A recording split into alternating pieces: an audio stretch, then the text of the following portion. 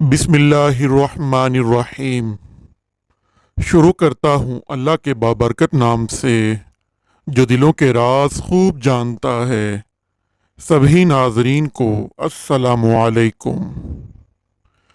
Video کو شروع کرنے سے پہلے آئیے سب مل کر ہمارے پیارے نبی حضرت محمد صلی اللہ علیہ وآلہ وسلم پر درود و سلام کا نذرانہ پیش کرتے ہیں کہ اللہ تعالیٰ نے قرآن پاک میں بھی فرمایا ہے کہ بے شک اللہ اور اس کے فرشتے نبی پر درود بھیجتے ہیں، تو اے ایمان والو تم بھی درود و سلام بھیجو۔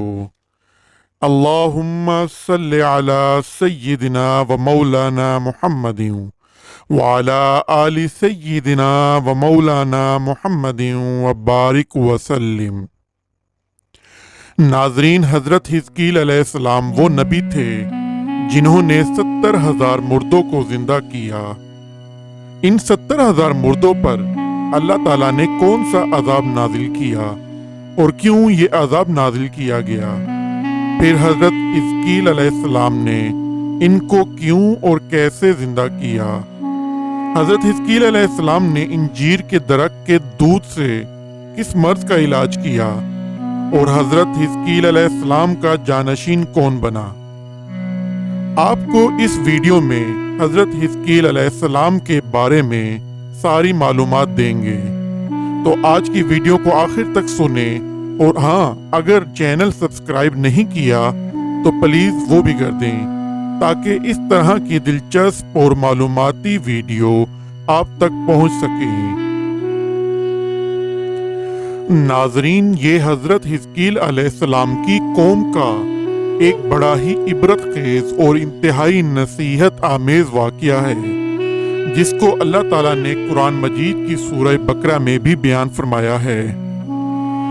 ناظرین، حضرت حزقیل علیہ السلام حضرت موسیٰ علیہ السلام کے تیسرے خلیفہ ہیں جو منصب نبوت پر سرفراز کیے گئے۔ حضرت موسیٰ علیہ السلام کی وفات کے بعد آپ کے خلیفہ اول حضرت یوشع بن نون علیہ السلام ہوئے، جن کو اللہ تعالیٰ نے نبوت عطا فرمائی۔ ان کے بعد حضرت کالب بن یوحنا علیہ السلام حضرت موسیٰ علیہ السلام کی خلافت سے سرفراز ہو کر مرتبہ نبوت پر فائز ہوئے۔ پھر ان کے بعد حضرت حزقیل علیہ السلام حضرت موسیٰ علیہ السلام کے جانشین اور نبی ہوئے۔ حضرت حزقیل علیہ السلام کا لقب ابن العجوز، بڑھیا کے بیٹے ہیں، اور آپ ذوالکفل بھی کہلاتے ہیں۔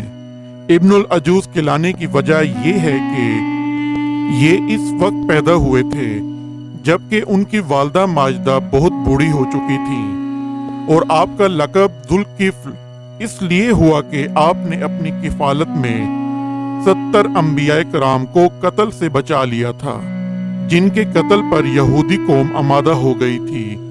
پھر یہ خود بھی خدا کے فضل و کرم سے یہودیوں کی تلوار سے بچ گئے اور برسوں زندہ رہ کر اپنی قوم کو ہدایت فرماتے رہے۔ حضرت حزقیل علیہ السلام کی قوم کا واقعہ یہ ہے کہ بنی اسرائیل کی ایک جماعت جو حضرت حزقیل علیہ السلام کے شہر میں رہتی تھی، شہر میں طاعون کی وبا پھیل جانے سے ان لوگوں پر موت کا خوف سوار ہو گیا، اور یہ لوگ موت کے ڈر سے سب کے سب شہر چھوڑ کر ایک جنگل میں بھاگ گئے اور وہیں رہنے لگے۔ تو اللہ تعالیٰ کو ان لوگوں کی یہ حرکت بہت زیادہ ناپسند ہوئی، چنانچہ اللہ تعالیٰ نے ایک عذاب کے فرشتے کو اس جنگل میں بھیج دیا، جس نے ایک پہاڑی کی آڑ میں چھپ کر اور چیخ مار کر بلند آواز سے یہ کہہ دیا کہ تم سب مر جاؤ، اور اس بھیانک چیخ کو سن کر بغیر کسی بیماری کے بالکل اچانک یہ سب کے سب مر گئے، جن کی تعداد 70,000 تھی۔ ان مردوں کی تعداد اس قدر زیادہ تھی کہ لوگ ان کے کفن دفن کا کوئی انتظام نہیں کر سکے، اور ان مردوں کی لاشیں کھلے میدان میں بے غور و کفر 8 دن تک پڑی پڑی سڑنے لگیں، اور بے انتہا تعفن اور بدبو سے پورے جنگل بلکہ اس کے اطراف میں بھی بدبو پیدا ہو گئی۔ کچھ لوگوں نے ان کی لاشوں پر رحم کھا کر چاروں طرف سے دیوار اٹھا دی تاکہ یہ لاشیں درندوں سے محفوظ رہیں۔ کچھ دنوں کے بعد حضرت حزقیل علیہ السلام کا اس جنگل میں ان لاشوں کے پاس گزر ہوا تو اپنی قوم کے 70,000 انسانوں کی اس موت ناگہانی اور بے گور و کفن لاشوں کی فراوانی دیکھ کر رنج و غم سے ان کا دل بھر گیا۔ آپ دیدہ ہو گئے اور باری تعالیٰ کے دربار میں دکھ کے بھرے دل سے گڑ گڑا کر دعا مانگنے لگے کہ یا اللہ، یہ میری قوم کے افراد تھے جو اپنی نادانی سے یہ غلطی کر بیٹھے کہ موت کے ڈر سے شہر چھوڑ کر جنگل میں آ گئے۔ یہ سب میرے شہر کے باشندے ہیں، ان لوگوں سے مجھے انس تھا اور یہ لوگ میرے دکھ سکھ کے شریک تھے۔ افسوس کہ یہ میری قوم ہلاک ہو گئی اور میں بالکل اکیلا رہ گیا۔ اے میرے رب، یہ وہ قوم تھی جو تیری حمد کرتی تھی اور تیری توحید کا اعلان کرتی تھی اور تیری کبریائی کا خطبہ پڑھتی تھی۔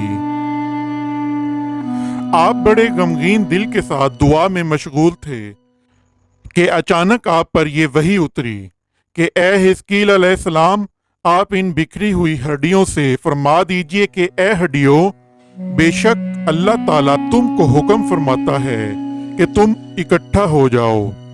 یہ سن کر بکھری ہوئی ہڈیوں میں حرکت پیدا ہوئی اور ہر آدمی کی ہڈیاں جمع ہو کر ہڈیوں کے ڈھانچے بن گئے۔ پھر یہ وحی آئی کہ اے حزقیل علیہ السلام، آپ فرما دیجئے کہ اے ہڈیوں، تم کو اللہ کا یہ حکم ہے کہ تم لوگ گوشت پہن لو۔ یہ کلام سنتے ہی فوراً ہڈیوں کے ڈھانچوں پر گوشت چڑھ گیا۔ پھر تیسری بار یہ وحی نازل ہوئی، اے حزقیل علیہ السلام، اب یہ کہہ دو کہ اے مردو، خدا کے حکم سے تم سب اٹھ کر کھڑے ہو جاؤ۔ چنانچہ آپ نے یہ فرما دیا تو آپ کی زبان سے یہ جملہ نکلتے ہی 70,000 لاشیں فوراً یہ پڑھتے ہوئے کھڑی ہو گئیں کہ سبحانک اللہم وبحمدک لا الہ الا انت۔ پھر یہ سب لوگ جنگل سے روانہ ہو کر اپنے شہر میں آ کر دوبارہ آباد ہو گئے اور اپنی عمروں کی مدت بھر زندہ رہے۔ لیکن ان لوگوں پر اس موت کا اتنا نشان باقی رہ گیا کہ ان کی اولاد کے جسموں سے سڑی ہوئی لاش کی بدبو برابر آتی رہی، اور یہ لوگ جو کپڑا بھی پہنتے تھے وہ کفن کی صورت میں ہو جاتا تھا، اور قبر میں جس طرح کفن میلا ہو جاتا تھا ایسا ہی میلا پن ان کے کپڑوں پر نمودار ہو جاتا تھا۔ چنانچہ یہ اثرات آج تک ان یہودیوں میں پائے جاتے ہیں جو ان لوگوں کی نسل سے باقی رہ گئے ہیں۔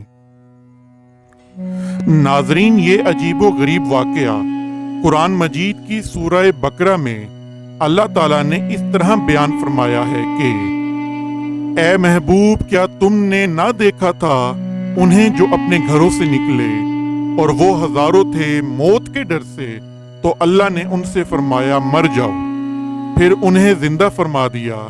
بے شک اللہ لوگوں پر فضل کرنے والا ہے، مگر اکثر لوگ ناشکرے ہیں۔ ناظرین، حضرت امام محمد باقر فرماتے ہیں کہ ایک مرتبہ ایک بادشاہ بیت المقدس کو خراب اور تباہ و برباد کرنے کا منصوبہ بنا کر اپنی جگہ سے روانہ ہو کر بیت المقدس پہنچا اور اس نے اس کا محاصرہ کر لیا۔ اس حالت سے متاثر ہو کر لوگ حضرت حزقیل علیہ السلام کے پاس حاضر ہوئے اور ان سے صورتحال بیان کی۔ حضرت حزقیل علیہ السلام نے فرمایا کہ میں آج رات اللہ سے دعا کروں گا، لہٰذا اللہ تعالیٰ نے آپ کی دعا قبول کی اور فرمایا کہ اے حزقیل علیہ السلام، میں اس کا انتظام کر دوں گا۔ چنانچہ اللہ تعالیٰ نے اس فرشتے جو ہوا پر مامور ہے کو حکم دیا کہ ان لوگوں کی سانسوں کو بند کر دو۔ ان کی سانس روک دی گئی اور سب کے سب مر گئے۔ حضرت حزقیل علیہ السلام نے اپنی قوم کو ان کے مرنے کی خبر دی۔ یہ واقعہ چونکہ کافی اہم تھا، اس لیے ان کے دل میں یہ بات بطور ترک اولا آئی کہ